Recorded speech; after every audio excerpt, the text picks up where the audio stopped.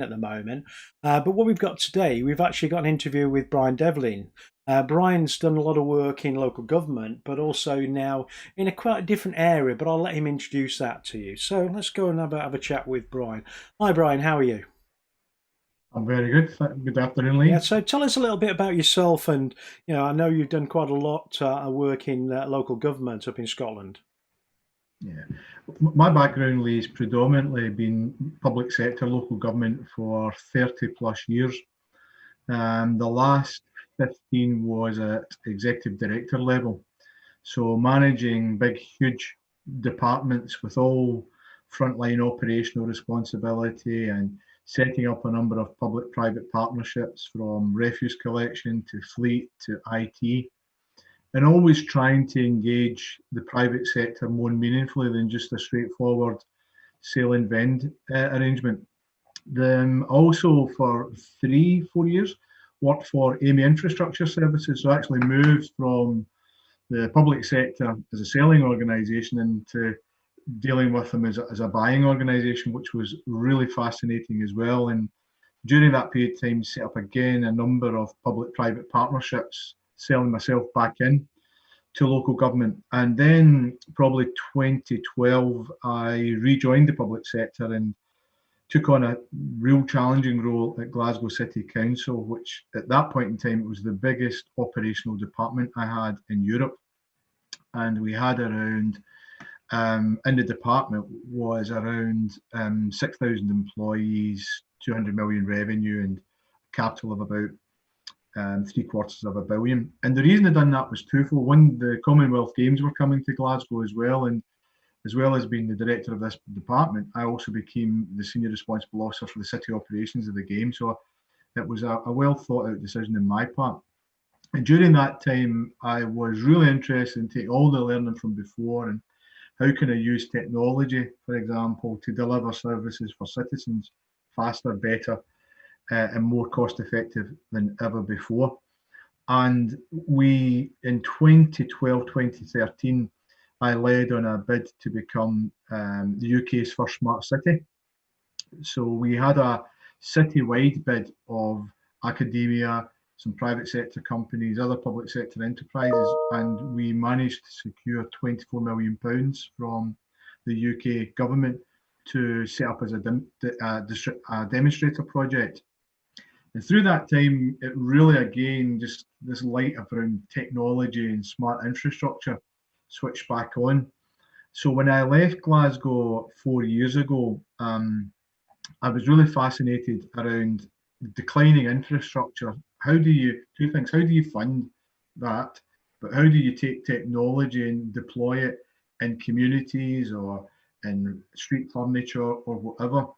And that led me to setting up a small organisation called Digital Placemaking, which I'm involved in now, Lee. And from that, probably the real driver for that was the Smart Cities £24 million project, where we had 4 demonstrators. One was intelligent streetlights. So I was looking at how do we make savings in the council and came up with this brainwave of dimming streetlights. We had 80,000 streetlights, and if we dimmed one streetlight, you dimmed 80,000.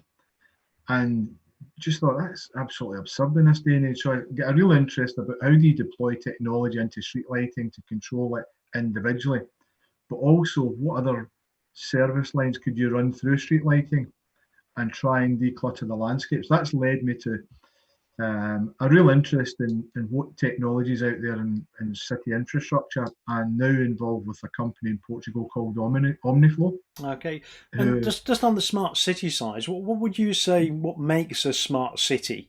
Is it a specific use of technology or a specific use case, for integration between the public and the council? What would you say? What's key to being a smart city? if it's a public sector organisation, like it's really simple but challenging, is a real political aspiration to become a smart city. And by that, putting communities and people at the core of the strategy. So when we were rolling out the Smart Cities project, the £24 million spend, it was always in the back of my mind. if you haven't worked in a generation, if you are in work poverty, or you're really struggling to get by, what does a smart city mean for you? So where it begins and ends with me is a real vision of what the future can look like, but also a real commitment that through the rollout of smart cities, we will invariably get it wrong. It's part of the learning process.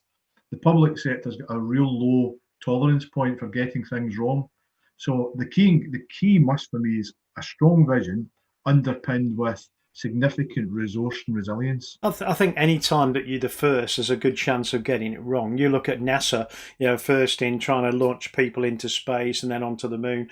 They're always going to get things wrong to start with because you're in this area that no one has ever done before. So it's always a challenge there. What would you say the finest point of what you did at Glasgow was around this smart cities? You talked about I think lighting, you talked about a few other areas. What do you think that was the key one?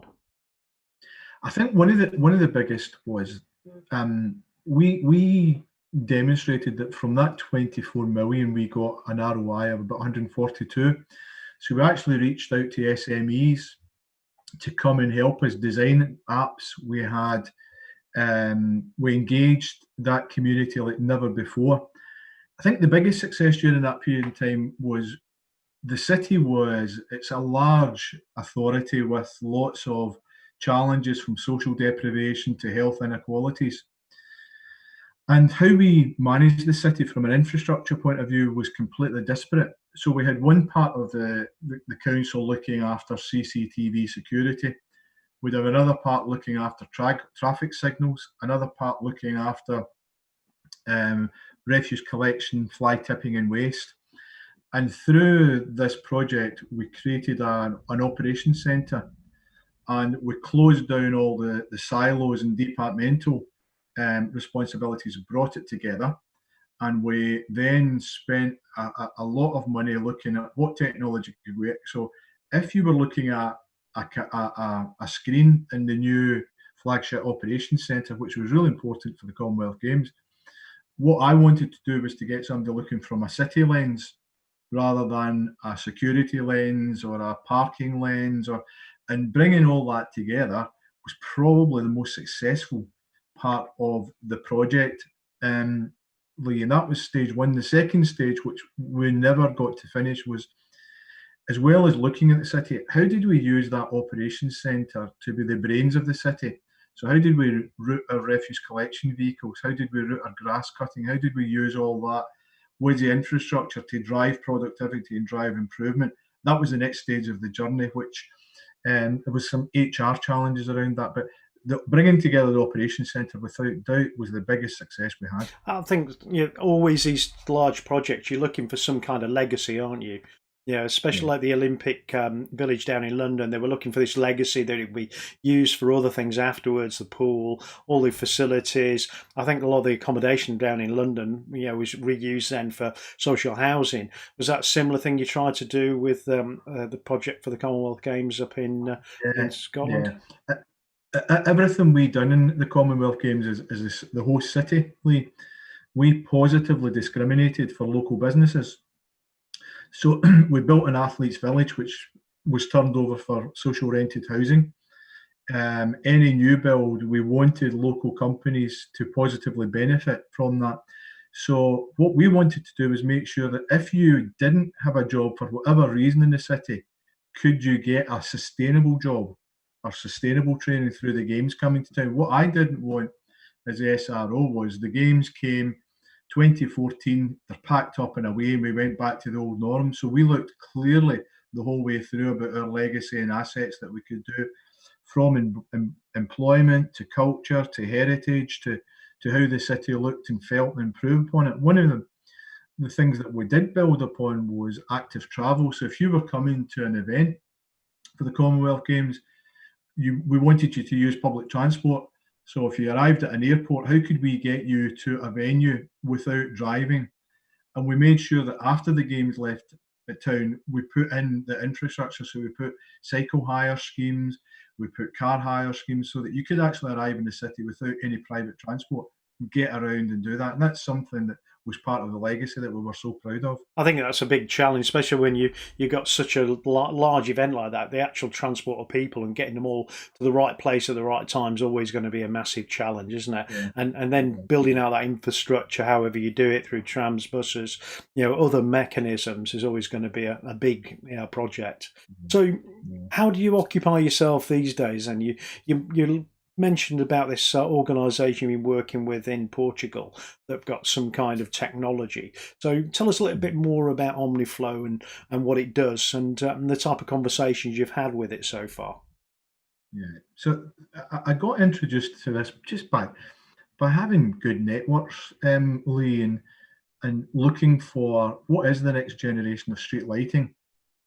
And way back that was looking at maybe a LoRa system going in where you some sort of control system put in place so you could control them individually. And I stumbled across originally the Omniflow guys and looked at this street lighting unit, which I first thought it was, but it was powered by solar and wind. I thought that's really interesting. So at its heart is renewable energy. So if you have the right topography in the right area, this unit across the world works by taking that wind energy and storing it in batteries and powering LED lights in a very shorthand fashion. As soon as that's used, it would then go to the PV panels and top itself up with that. And I thought that is really interesting because if we don't do anything, we know the degradation that the environment suffers just now. I thought, well, that is really smart in terms of renewable energy in action.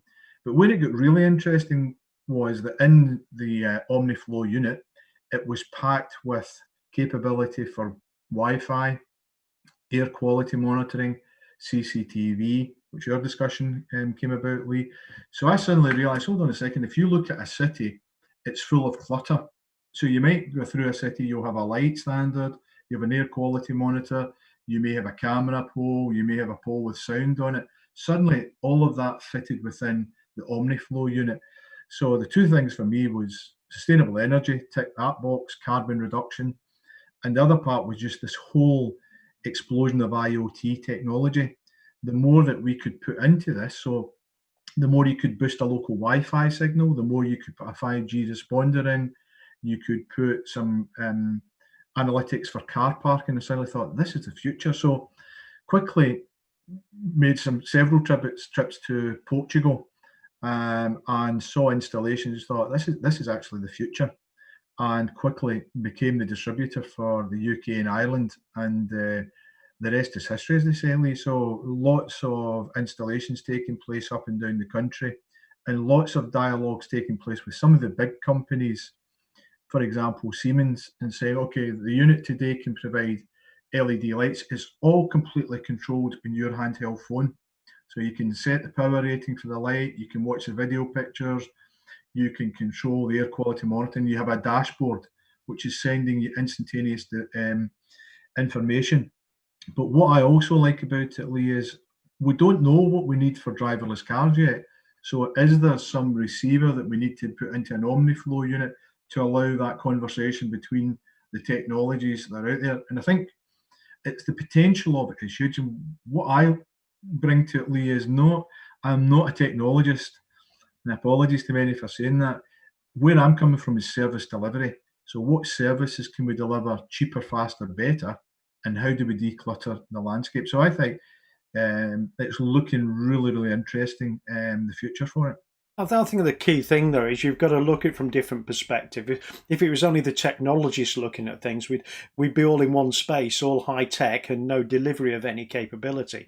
We've got to have it from all perspectives, don't we, to make sure it works. I think from an IoT, a lot of people have always assumed IoT is about what you do in your own home, how you have your lighting, how you have your sound and things in the home. But actually IoT, can drive so many different things outside of the home. Like you were saying about understanding traffic flows, understanding what's happening around lighting, security and many other things. Does the solution also give you the ability to aggregate that information? So, say across a city, to aggregate all the information about traffic movements, air purity, those kind of things. Yeah. So what you have is you've got an individual dashboard for all the service products that you want in this unit. And I think the research that I've done, we could have up to 18 service lights, from LEDs, digital signage, air quality, all the way up. That sits within the Omniflow dashboard. The challenge I have with my old public sector colleagues that I go around and have lunch with and retirement parties is that the street lighting guys still only want to procure street lighting, and they only want that silo mentality of information.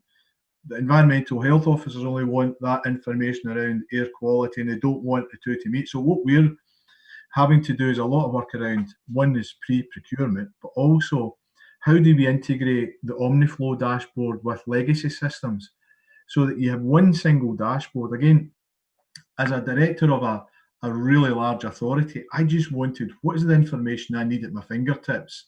Traffic flow, vandalism, whatever it may be, antisocial behaviour. So the work that we're now doing is, how do you get all of these systems onto a single dash and make sure that the interoperability is brought in at the start of it, Lee? Because I put out an edict to my own team that if anybody was bringing on a new piece of software or hardware, they had to demonstrate how this fits with what we've already got or bringing on, because if you don't, you end up just, the support costs of bringing these things on as standalone is just absolutely huge. So we're speaking constantly to organisations saying, how do we mesh this with your existing dashboard or metrics that you've got?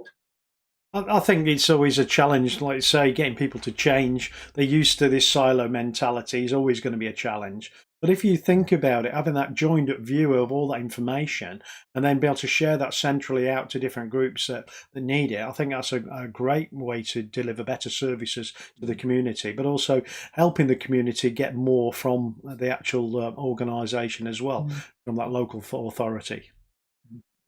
And it makes the senior manager's job easier as well, Lee, that elected members sometimes feel there's an issue and get told there's an issue. By having real-time information, air quality, for example, if you've got that information at your fingertips, you can actually say, well, actually, we don't need to put a bus gate in there or reroute traffic from that, because the data that we've got, live data, is telling us there's no issue there. So it really allows you to get in about the policy and financial planning much more based on evidence rather than anecdote and whim. And I know that that's a challenge for some people, but that's really one of the benefits. And in terms of service efficiencies and austerity, if you've got all that data at your fingertips, you can monetize it and sell it on to organisations. So the Environment Agency may be looking for information from your ice alert or from your flood alert or from air quality. You can take that and sell it on to a third party. So there's real opportunities. But what it needs is somebody thinking citywide rather than the resident engineer, or sorry, the civil engineer looking at it, and the environmental health officer, and some. It needs to be somebody that's got that, back to your original question, 360-degree vision of that city. And I think if you think about, just looking at air quality, you've got two areas here. You've got the health side. So when you get to a certain point, you can do something about trying to protect the population from high levels of, nitrous oxide, those kind of things, from pollution. But also you've got the ability to start to, smartly control traffic, maybe, to try and reduce the impact of vehicle traffic on that air quality. If you look at most of the smart motorways, a lot of people don't understand, they think it's all about flow, but it's a lot of times about the air quality in the area as well. So the actual speed levels might be dropping because the air quality is bad, rather than it being just for the actual traffic flow. And I think, some of those things are going to get more and more important, especially, with the situation we've got at the moment with the disease in the country that actually affects people, from a respiratory perspective. So, if we can keep that air quality to a higher level, that's a much better situation, isn't it, for all of us? And even linked to that, Lee, just back to this holistic approach, if you have a vehicle analytics package in one of these units related to parking, you can actually stop people coming into the city because it tells you there are no parking spaces available. In Glasgow, I personally used to watch cars just driving around the square continuously looking for car parking space, pumping goodness knows what carbon into the environment. Was it good for road safety? Absolutely not. But by using technology, you could have a digital signage system saying there are no spaces available, or directing you directly to the space that is available rather than the. So if we join up the dots and all this, the future is absolutely, it's really, really positive. If you come back to that, traffic side of things, like if you've got a specific event or something, commonly most of the road transport control is all about flow through the city. It's not flow to a particular place. So if you've got a large event on somewhere, you could actually use this joined up, technology of signage, and also looking at traffic flow and air quality to ensure you're getting people more effectively to that venue and also away from it again as well. Totally. Yeah, spot on, Lee. Yeah, spot Well, on. it's been great talking to you today. We're up to just over 20 minutes, so thank you very much for your insight. It'd be great to get you back and tell us a bit more when you've got a few more people actually using Omniflow, and tell us a little bit about what they're actually using, getting from it. If it's all about the energy side of things, low carbon, green power, for lighting. If it's more around the security, if it's a signage, it'd be great to get some anecdotal evidence of what people are actually using it for, and understand a bit more about what other people could benefit from that technology. Delighted to do that, and thanks All for right. the time, Lee. Thank you very Really much. appreciate it. I'll hope Thank to you. speak to you soon. Bye now. Thank you.